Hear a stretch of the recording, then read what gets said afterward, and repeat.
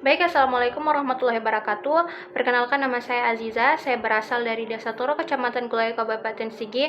Saya adalah mahasiswa dari Universitas UIN Dato Karama Palu, Fakultas Tarbiyah dan Ilmu Keguruan, Prodi Pendidikan Bahasa Arab semester 2 dengan NIM 2510233. Nah, video ini saya buat karena saya ingin menjawab pertanyaan-pertanyaan yang telah diberikan kepada saya di UAS mata kuliah Filsafat Pendidikan.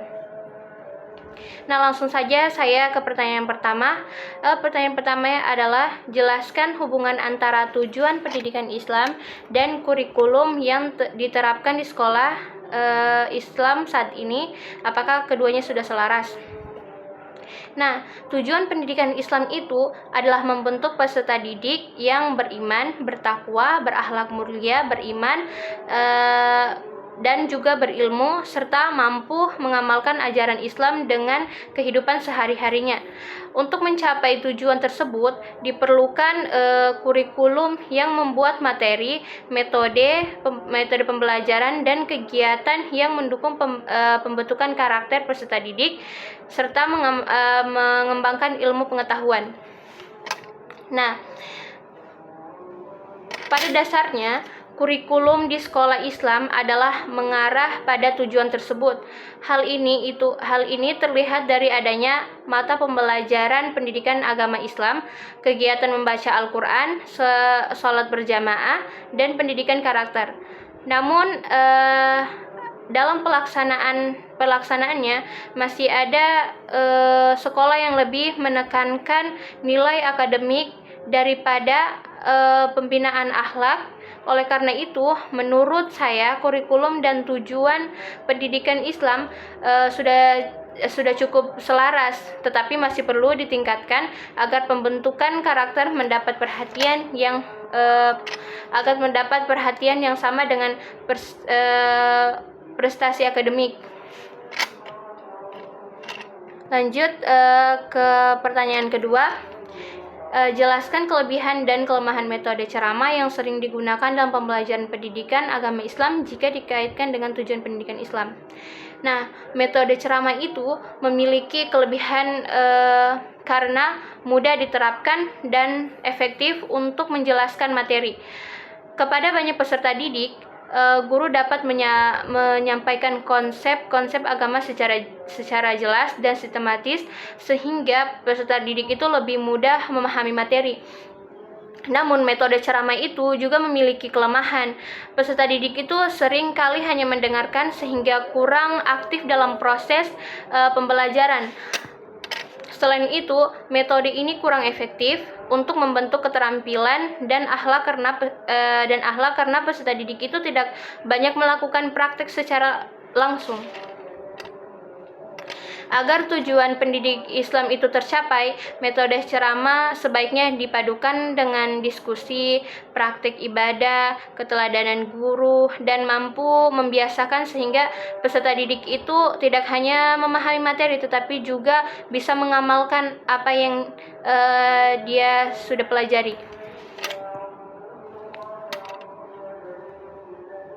Lanjut ke pertanyaan ketiga.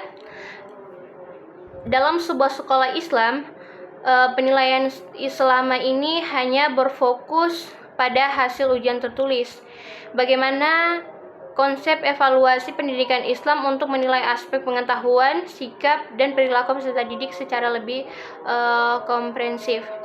Nah, dalam pendidikan Islam, penilaian itu tidak hanya dilakukan melalui ujian tertulis, tetapi juga harus mencakup pengetahuan, sikap, dan perilaku peserta didik.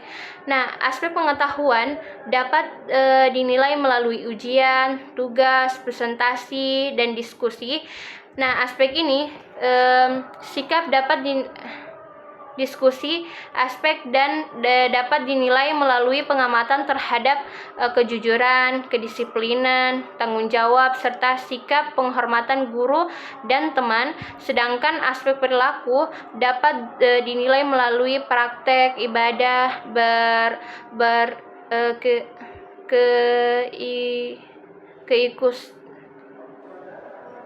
keikutsertaan dalam kegiatan keagamaan, serta kebiasaan peserta didik di sekolah.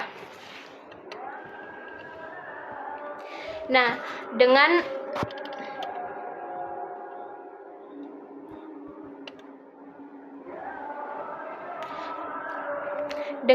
penilaian seperti ini, guru mengetahui perkembangan peserta didik itu secara lebih menyeluruh, sehingga tujuan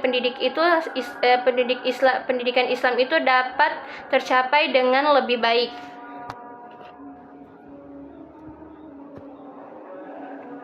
Lanjut ke pertanyaan keempat, yaitu jelaskan kriteria antara keluarga, sekolah, dan masyarakat dalam membentuk karakter peserta didik menurut perspektif pendidikan Islam.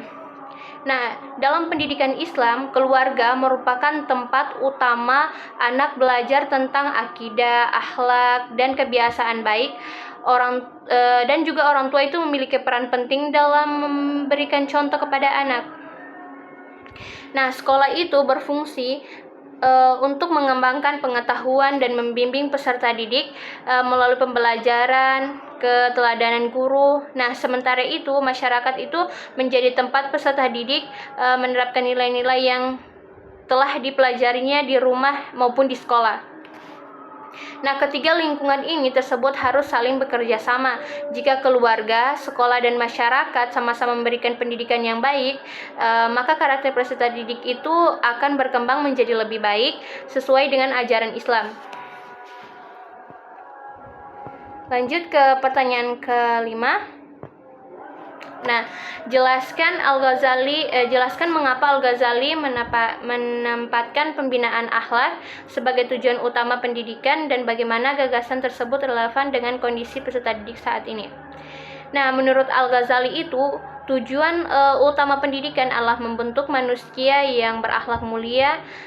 Beliau ini berpendapat bahwa ilmu itu tidak hanya bermanfaat jika tidak disertai dengan akhlak yang baik.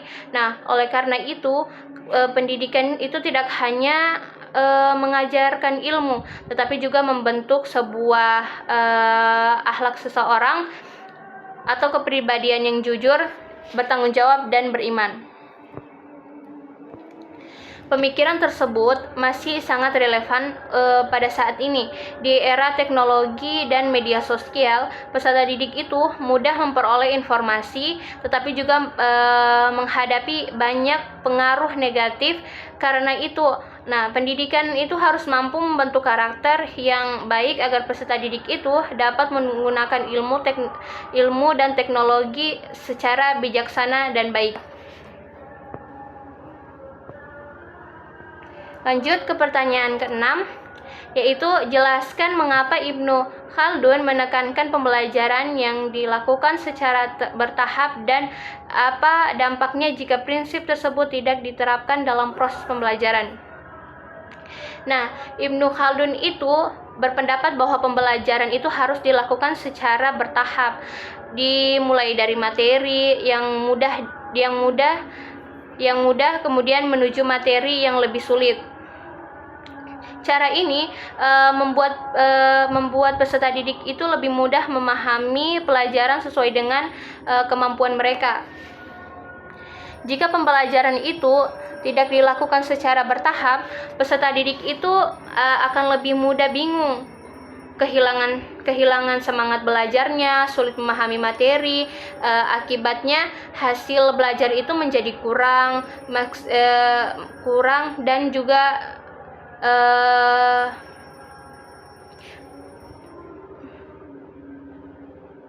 guru itu akibatnya hasil belajar itu menjadi kurang maksimal.